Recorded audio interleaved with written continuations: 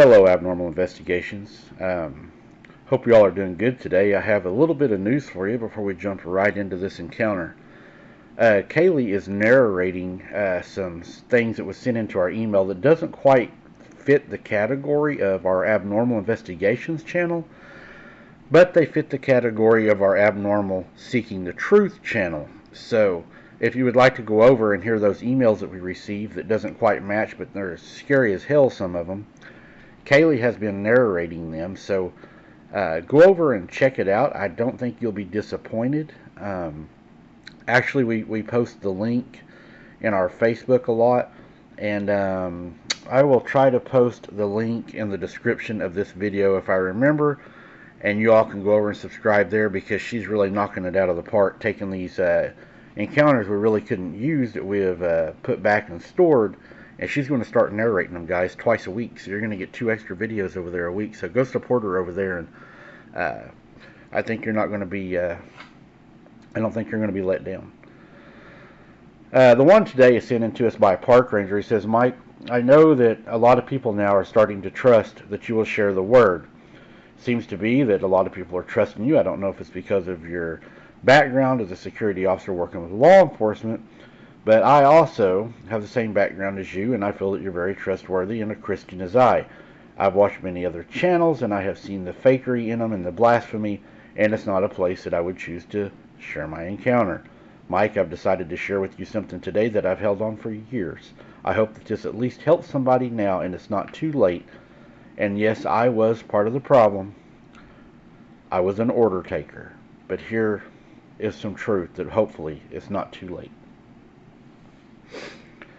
As a park ranger, I've witnessed things that would make your blood run cold. Unspeakable horrors that were never meant to see the light of day. The woods have secrets, and I've stumbled upon some of them. Incidents that were hushed up, swept under the rug, and hidden from prying eyes. But I know the truth, and it haunts me still. The official story was that a very important boy that is well known was never found. That he vanished without a trace in a national forest. But the truth was far more sinister.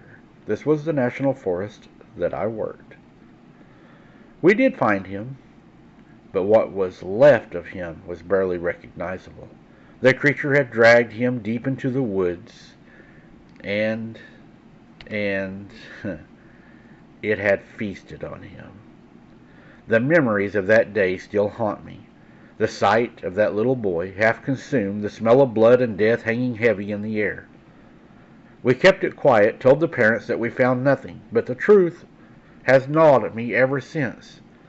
The creature was a monster, a beast with an insatiable hunger for human flesh. And it's still out there, waiting for its next victim. The orders came from the top, a directive that sent a chill down our spines. Destroy all evidence, we were told. The bodies, the torn fabric, the bloody footprints, everything was to be reduced to ashes. We were sworn to secrecy, threatened with consequences if we breathed a word. The fire burned long into the night, consuming the proof of that horror. But the memories lingered, haunting us still. We knew what we had seen, what we had found, and we knew that we'd been silenced, forced to bury the truth in a pyre of flames. The official story was a lie, a cover-up of unspeakable evil, and we were the ones who had to live with it. The boy's body was discovered in a grisly heap surrounded by the carcasses of other animals. Deer, rabbit, squirrel, all torn apart with the same savage ferocity. It was as if the creature had been feasting on the forest itself, leaving a trail of death and destruction in its wake, but piling them in large piles, maybe like trophies. The stench was overwhelming, a putrid mix of blood and decay that seemed to cling to our skin long after we left the scene, which made me and the other officers think, is this why these creatures stink so terribly? And in the center of it all, the boy's lifeless form, his eyes frozen in permanent scream, his body mangled beyond recognition. It was a sight that would haunt us forever, a grim reminder of the horror that lurked in the shadows of the woods. Now as I sit on my porch surrounded by the tranquility of my adopted home, I've now retired and have moved out of the U.S. I can't help but think of those forests, the secrets that they keep, the terrors they conceal. I burn the evidence, but I can't burn the memories. The creature, whatever they are still out there, watching and waiting, and I know that I'm not the only one who knows the truth. There are others like me who have seen the unspeakable and been sworn to silence. We're the lucky ones, the ones that got out alive. But I know that those forests are still holding their secrets, and that the creatures that dwell within them are still protected, still shielded from the world. And I wonder every day what other horrors are waiting to be uncovered, what other secrets are burning to be told. I've learned to recognize the subtle differences in their mimicry, the faint imperfections that betray their true nature, the way they stretch a howl to an unnatural length, or the slight delay in their responses to a bird's chirp.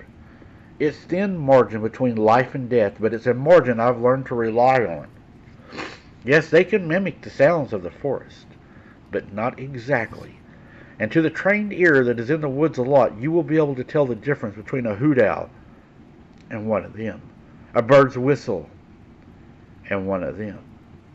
So to all those who venture into the woods, beware that the calls that seem almost right, the rustlings that sound like leaves but aren't, trust your instincts and trust your ears, for in these woods the line between predator and prey is thin, and the creatures that lurk within are always listening, and they're always waiting. We observed that these creatures are drawn to the most innocent and vulnerable among us, children with their laughter and their playful shouts. We were always told to keep an eye on these areas of the campground the most, where there was children. They're also attracted to the smells of cooking food, the flicker of lights in the darkness, and the crackle of fires, and eerily they seem to be able to pinpoint the source of music, as if they are drawn to the rhythm and the melody. But it's not just the obvious attractants that we need to worry about. They're also drawn to the scents, like hunting lures and fishing bait, and once they've locked onto a target, they can hide in plain sight. Their camouflage so effective that you'll never know that they're a mere feet away, watching and waiting for a child to make a mistake. By sharing my story, I hope to shine a light into the darkness that lurks into those woods. I know that I'm not alone in my knowledge, and that there are others out there who have seen and experienced similar things. Together we can break the silence and shed the light of truth. I hope that my words will resonate with those who have been affected by the disappearances, and that they will find the courage to come forward and to share their own stories. Only by standing together and speaking out can we hope to uncover the secrets that lie within those woods, and bring peace to the families of those who have vanished without a trace, but we know where they are. Thank you for sharing my encounter. Well, I think a lot of you are going to say that you've already known this or thought this. We know that they can hide in plain sight. I believe they have adaptive camouflage. I believe that's how they do it. A deer can run across you, in front of you going down the road and right into an open hayfield, and it's just gone. So imagine, what these things could be able to do. I look forward to y'all's comments on this one. It's an eerie one. It's not going to be for everybody. I'll put a warning on this one. But I hope you all learned something from this, and maybe when we're in the woods and we hear that sound that just doesn't quite sound like an animal, maybe that's what they are. I'm sure that these rangers know they're out there all the time, so they're probably even trained to listen for these things.